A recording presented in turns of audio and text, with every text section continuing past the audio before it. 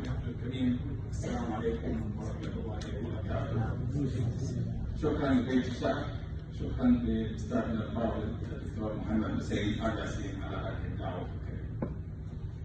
رجوع بني السوادي إلى منازلهم عادت لتنظيف البريد بدارها، عادت لتختم آخر الورقات من قتل السواد، لتشاور الشهداء حول عمارة أخرى لباب الساعلات، عادت لترسم جسر آلاف العتيق، عادت لترسم جسر لاوات العتيق، لترسم القوس الذي حمل السواد مدارسا، كي يحضر المتعلمون صراخه.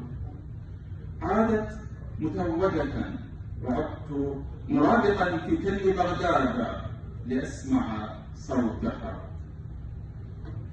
هي نغمة بيضاء في التوشيح، في فن الحداثة، في حديقة قرة الرحمن، أو هي غاية المتعلم الطفل الذي درس العروض بجامع الشماس يحيى، أو هي التغريد، أصوات الرياح تؤلف المعنى القصيد، ورقشة الأسماك عند تدفق الماء المبارك، ونشوة الزهدي حين يقبل الشفتين مقتديا بسنته بأحمد خاتم الشعراء.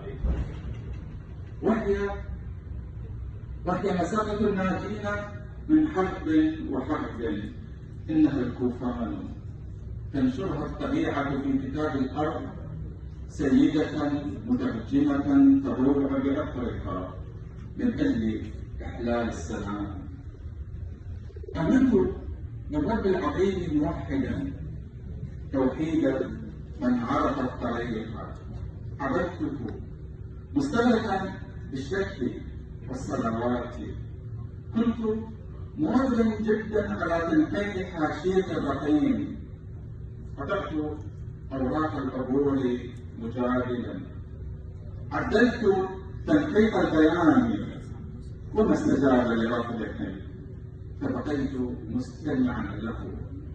قال اقترب منها وقبل قالت الروح المجيد بها، وقبل صورة الشفتين، وقبل صورة الشفتين ثانية، وشارك ذهنة التي كوفتها، وعرف نصها المرسوم أدعية وأمثالا ولوحات، تأمل ثوب المنسوج غيما ناصعا، واقرأ كتاب قنوتها. الفن شفرة ناسك، قرأ الوجوه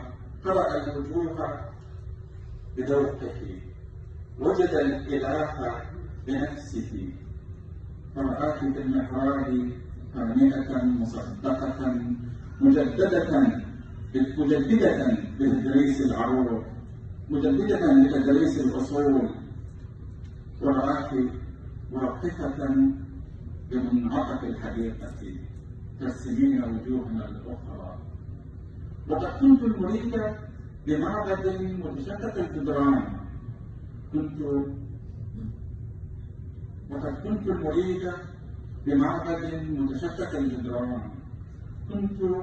أحاور المعمار حول إقامة التسقيف بعدا راجعا، فسمعت كورال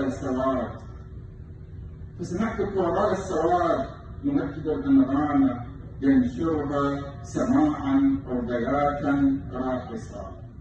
ولقد سمعتك تقرأين كتاب عودتنا، رجوع بني السواد إلى منازلهم. سمعتك تقرأين مقاطعا من طور بابل في العلا، وسمعت لونها فانبجست عيون الماء طيبة يا أجمل الآيات في النص الكريم. شكرا.